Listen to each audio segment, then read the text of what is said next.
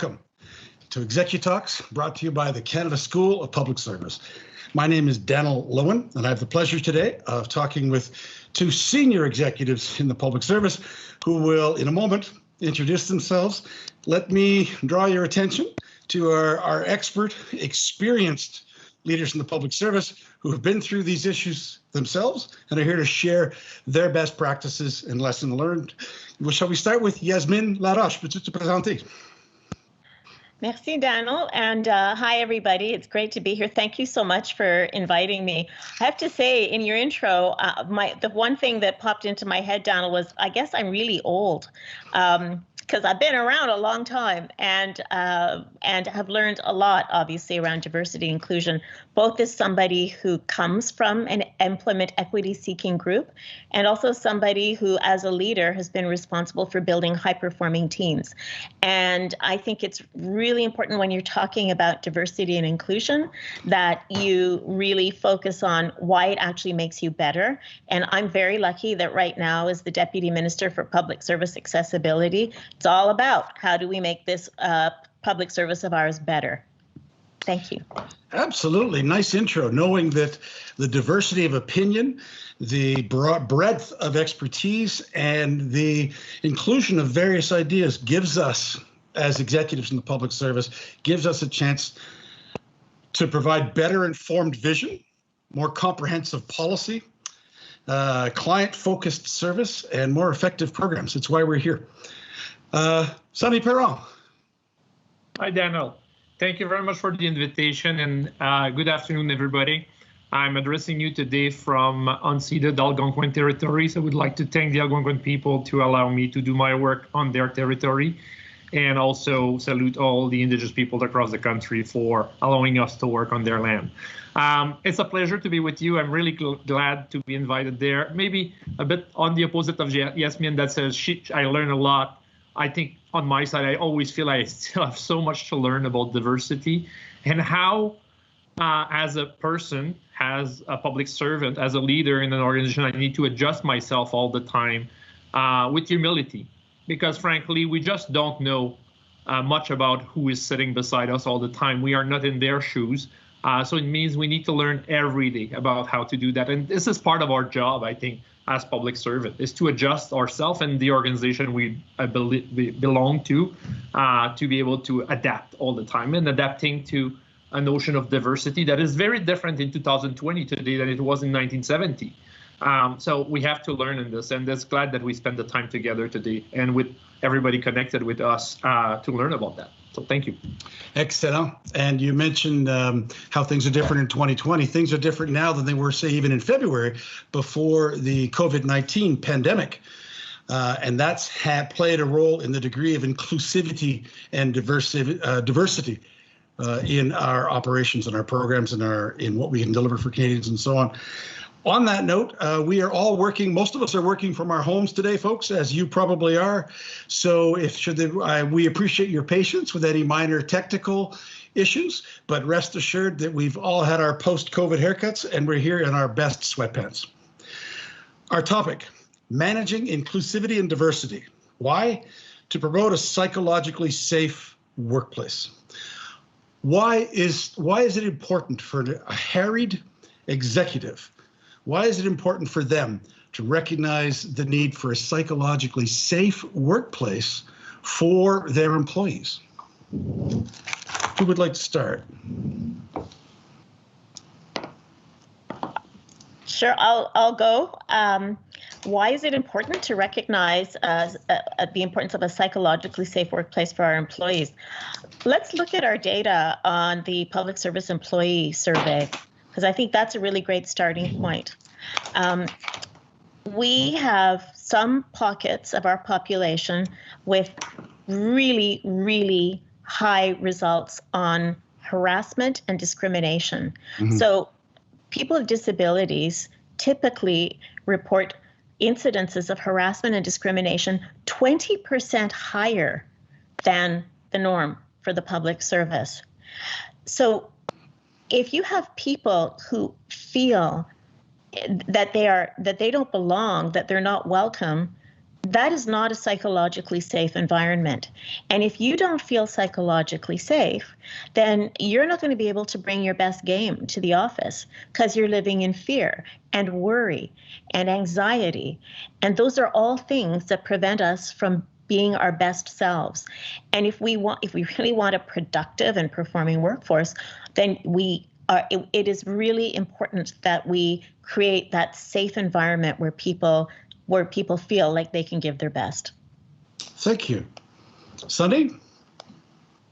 I think when we think about these complex questions, it's beyond the equity question. It's beyond the individual question.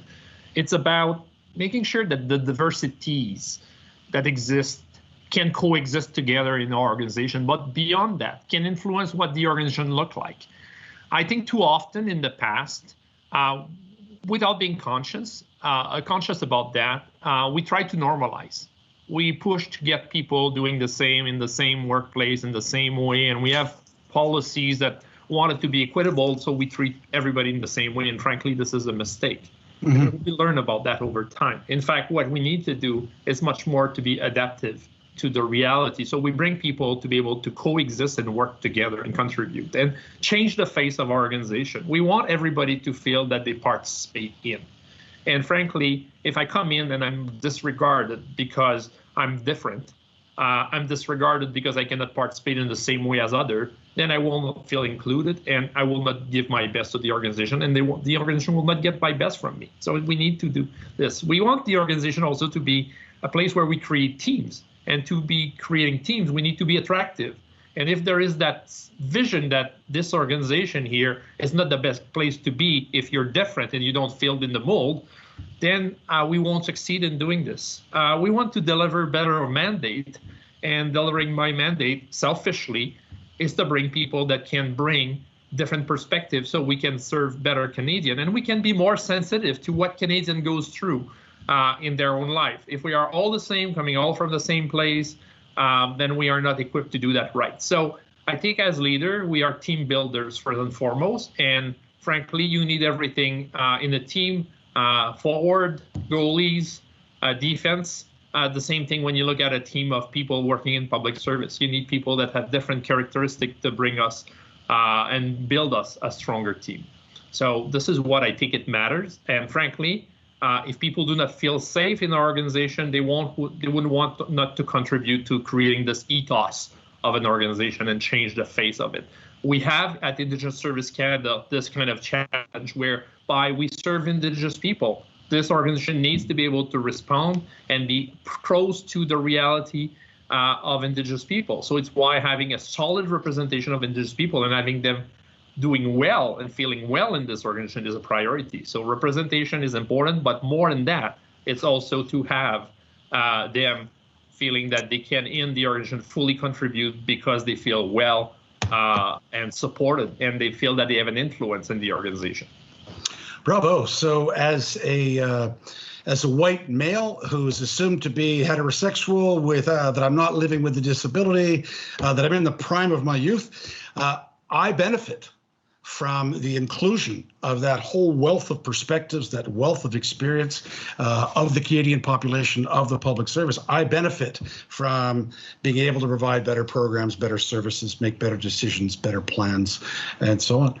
So if it's that clear, and I think for our 500 or so people who are tuned in as executives today to hear from you, what is it that holds leaders back from taking the steps necessary to ensure an inclusive, diverse workplace that, as you've indicated, fosters innovation, fosters respect, fosters productivity? Well, I'll kick off. I think the number one thing, well, there's a few, but I've got a little list. One is fear. It's fear of doing or saying the wrong thing. That is a real inhibitor because, our public service we're really risk averse. So we're kind of trained to avoid trying to avoid doing the wrong thing. So I think that really prevents a lot of people from taking that risk. The risk of actually maybe making a mistake, of maybe saying the wrong thing. But I think you have to start. because fear will prevent us from doing the right thing. I think the other thing that gets in the way is, again, it's a cultural thing. We're hardwired to deliver, right? It's all about results. And so if you're used to delivering in a certain way, it's going to be really difficult for you to step out of that comfort zone. So stuff like diversity inclusion, regrettably, I'm using air quotes here, is seen as the soft stuff. Yes. And that sometimes takes a back seat. Sunny's already talked about, we have a tendency to want to hire ourselves. And that is a natural human way of doing things, but it's wrong. Because if you don't have diversity of thought, diversity of problem solving around your table, it's really hard to be great. And so I think those are a few of the things that prevent people from really moving forward on diversity and inclusion. Thank you. Much appreciated. Sonny. I agree with Yasmin's views in terms of the fear.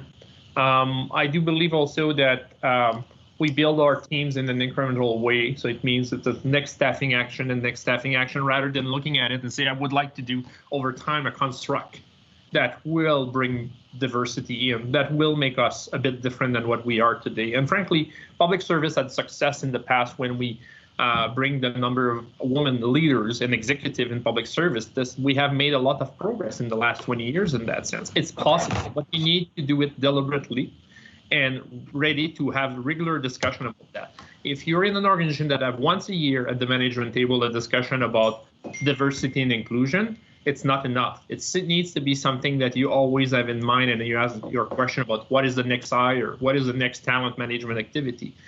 Otherwise, the natural rules of our staffing action based on merits will lead you to just pick the next person that have been in the organization for the longest time with the right qualification and deliver on it. But it will not change the picture of your organization, and we have to change it. You need to take deliberate move and sometimes courageous move, because some people will be irritated by that, but there is good reason. And if it's conscious, if it's built in the reflection and thinking of the management team at all level, I'm not only talking about senior management here, it's at all level, then it will be well accepted, because at the end there is a good reason to do this and change the way we staff, bring new practices in to remind us that it's important in all the small decisions we make, which includes sending people into training program, doing mentoring and coaching, and staffing action, of course. So we have to be very, very deliberate about that, but also courageous, because the fear comes, it can be rebalanced with some courage. So I'm hearing an associate deputy minister and two senior leaders of the public service, including an associate deputy minister, say, not everybody will like the steps I need to take. I will probably make mistakes along the way, and it's more important that I figure out what to do and move forward while prudently managing the risk, rather than saying I'm not going to do anything different, because that will upset people. Here we are in working from homes. We are looking at people with very different expectations of the federal government and its service provision. Their people are interacting very differently in society. There's a higher degree of vigilance socially, which puts people a bit less at ease. And if I think I can lead the new normal the way I led the old normal, I'm not seizing the point that what got me here won't get me there. And if we are called to be either the victims of the future or its architects, which then leads us to the question of what are the key things that you can do you think, as a leader? What are the things that our busy executives can do as a leader that will actually strengthen inclusion and diversity in a way that enhances productivity, enhances harmony, enhances innovation? What are the specific things that can be done? So I want to pick up on two things because I think they're related. You talked about COVID, and I think I like to use that as an example because, boy, have we blown up some myths through COVID. We've blown up myths around work, how it's done, where it's done, and who can do it. And it's astonishing when you go across departments and you see people going, I never realized that this job could be done well remotely. My whole call center is being run out of people's homes, and it's working well. Departments moved super quickly to make sure that people had the tools and the equipment that they needed so that they could function in a very different environment. And, speaking as the champion for people with disabilities, it's more than ironic that a lot of the adaptations that departments are now providing are like the top things that people with disabilities have been asking for. Help me avoid a really difficult and challenging commute to and from the workforce by allowing me to work from home a couple of times a day. And now we're going, oh, well, you have to. So we're going to have to make sure that you've got what you need so you can do it.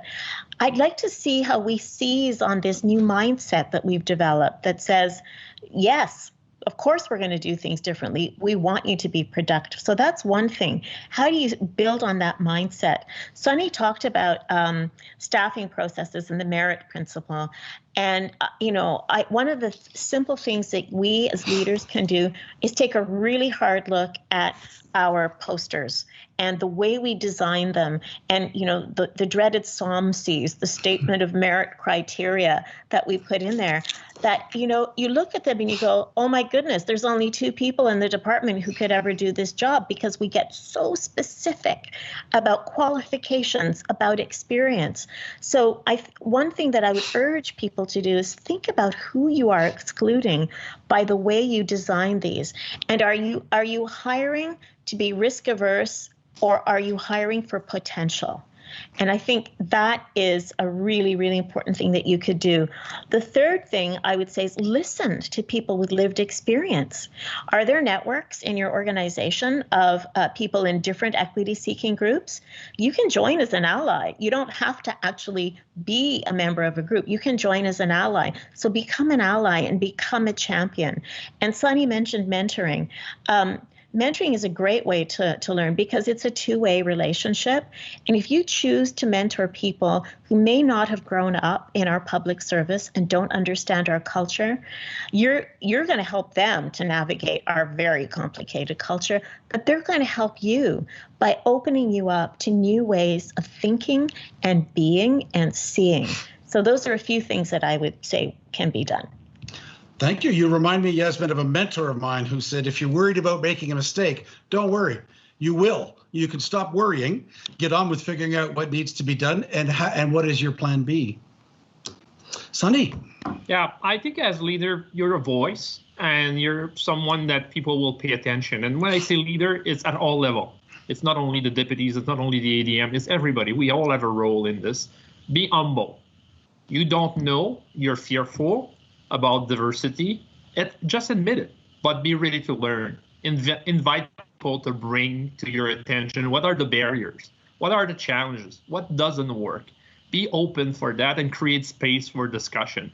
You will be surprised to see how much you learn about things that exist around you that you're not even aware, because you're part of those through that system that progressed and it worked for you in the past. So you haven't faced necessarily these barriers. So be humble and invite people to let you know what you might need to know. Listen to small signals.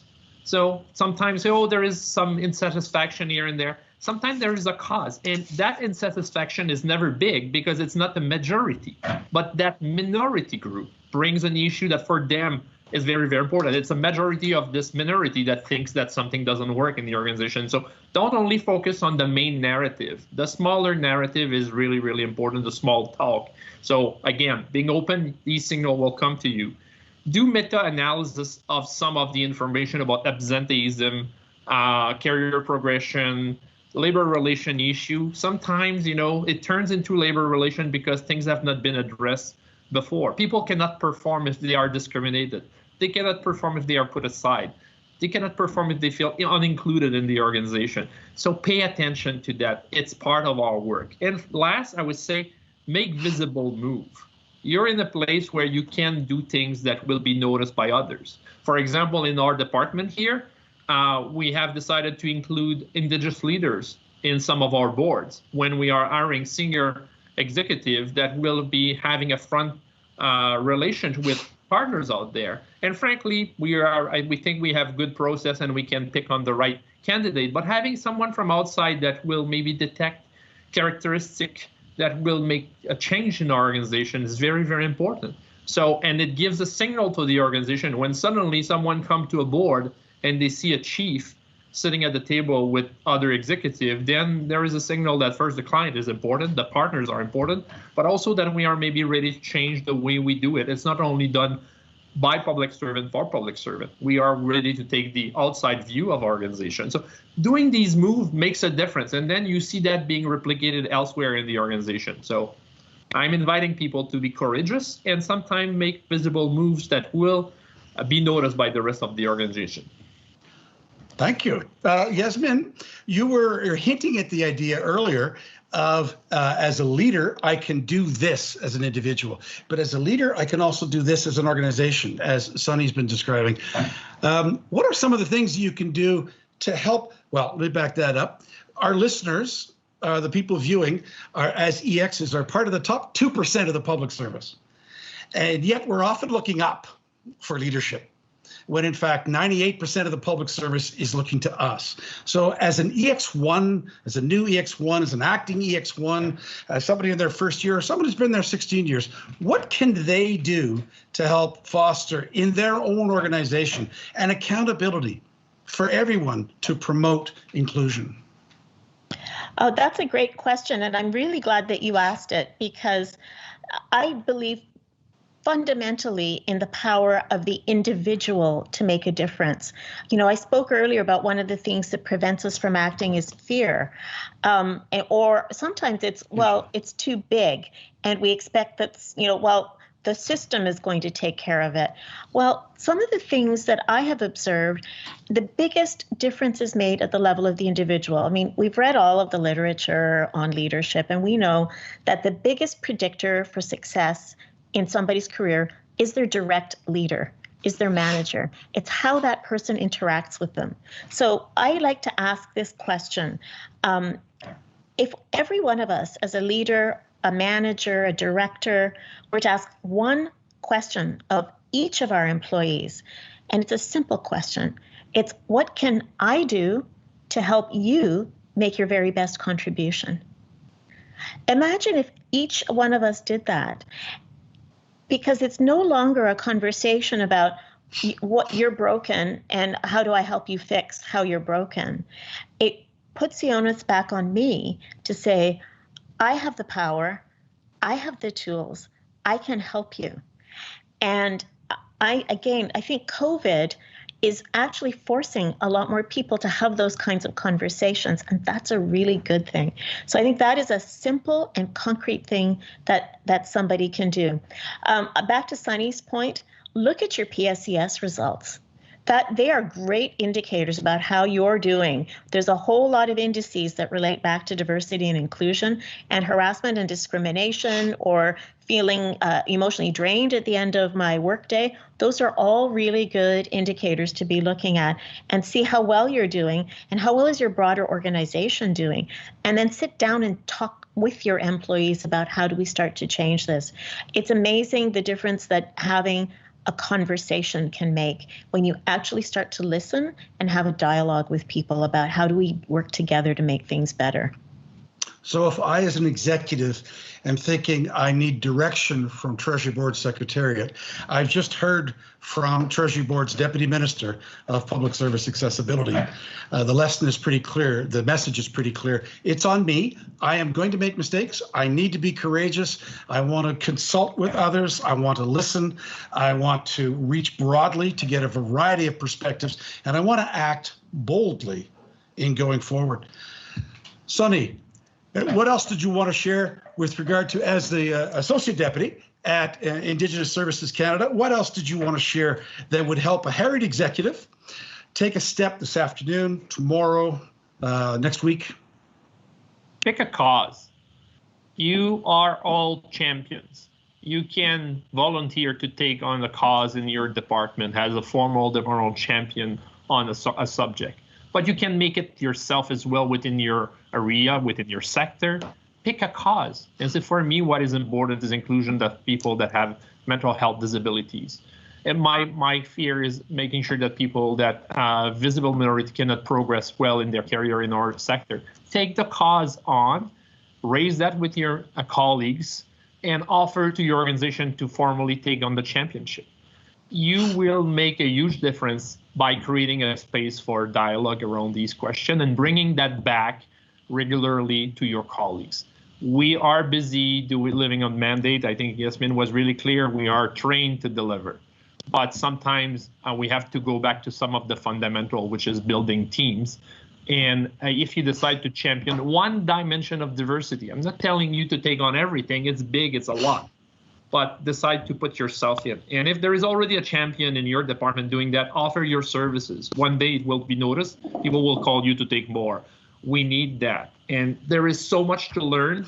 And out of that, you will see that it's in the small thing that at the end you have a difference. The number of employees that receive a little bit of assistance here and there to deal with something that they feel that is impossible to go over by themselves, that are successful after that, it's amazing. But needs people like all of you on the screen today with us to make a difference for them. So decide to champion one cause related to diversity and inclusion in your department. And be a champion of that, who may may make mistakes, who may learn, who may, in their inclusive efforts, may find they've excluded some personality type or employment equity group or anything else like that. And you will discover by entering into dialogue with various groups that you made mistake. You had, yes, prejudice. We all have, and Absolutely. Our job is to work on it. Years ago, a deputy minister asked me to take on the leadership of the Agent of Change, which the title was Principal Agent of Change at Health Canada. And the mandate of this group was really, really vague. It wasn't clear for me what it was about. I like things that are crystal clear. And I learned so much out of it, because basically it was the champion of all the cause that did not have a champion. And people were so mobilized in that group to try to deal with small issue of, like, the majority of people in the minority groups are facing the same challenge, but nobody really pay attention to that until it's being raised. And this was a fantastic undertaking for me, and I learned so much out of that. It was great. But I also learned that I can make mistakes by trying to fix something because I just don't know enough. So put yourself out, engage with people, champion the cause. You will see it will make a huge difference. Thank you both. This has been insightful. We have 2 minutes, and I wanted to invite you to elaborate on the point you both alluded to earlier. We just have the 2 minutes, but a thought about that there are people beyond what we think of as the equity-seeking groups, women in non-traditional roles like science, technology, engineering, and mathematics, Indigenous peoples, people living with a disability, visible minorities. But you're going beyond that. Obviously, we've heard a great deal about lesbian, gay, bisexual, transgender, the various sexual and gender minorities. But also, you both alluded to people with a different thinking style, people who react differently, more extroverted, introverted, more focused on results, more focused on. Is there an anecdote that comes to mind for you? Just in our closing minute, does one of you have an anecdote that rings a bell for you? Sunny, I think. Yeah, I have 3 children. The 3 of them are young adults and teenagers. They all have serious learning disabilities. And I want them to be successful in life. But to be successful, they need to go in a place where people will not work in the traditional way. Otherwise, they will be judged right off the bat that they are maybe learning a bit differently. And it's possible to get over that, because through the diagnostic, I learned that the problem is coming from their dad, which has the same disability. So it's possible, but you need to have organization and early on schools that are welcoming children that learn differently. So then when they go in the workplace will receive them and help them to be successful there. And at the end, they will be very successful. But at the entry point, if accommodation is not there and understanding, then they will not have the success. So for me, this is close to my heart dealing with that, because I see the same problem when you're different because you have a different skin color. You're different because you're not walking the same way, or you have visual impairment. So we have to have organizations that welcome people coming in and be able to accommodate, because out of that, then they have a chance to prove themselves and be successful in public service. I'm worried about the discrimination at the door. Merci à vous deux. Thank you very much, Sonny Perron, Associate Deputy Minister at Indigenous Services Canada, and Yasmin Laroche, the Deputy Minister for Public Service Accountability. It's been inspiring and practical to have you here today. You've both been generous with your time. I also love how you furnish your homes. Pour ceux qui s'intéressent de parler avec ou d'écouter nos invités encore en français, on peut le faire dans 30 minutes. À bientôt. Thank you very much. Thank you, Daniel. Merci.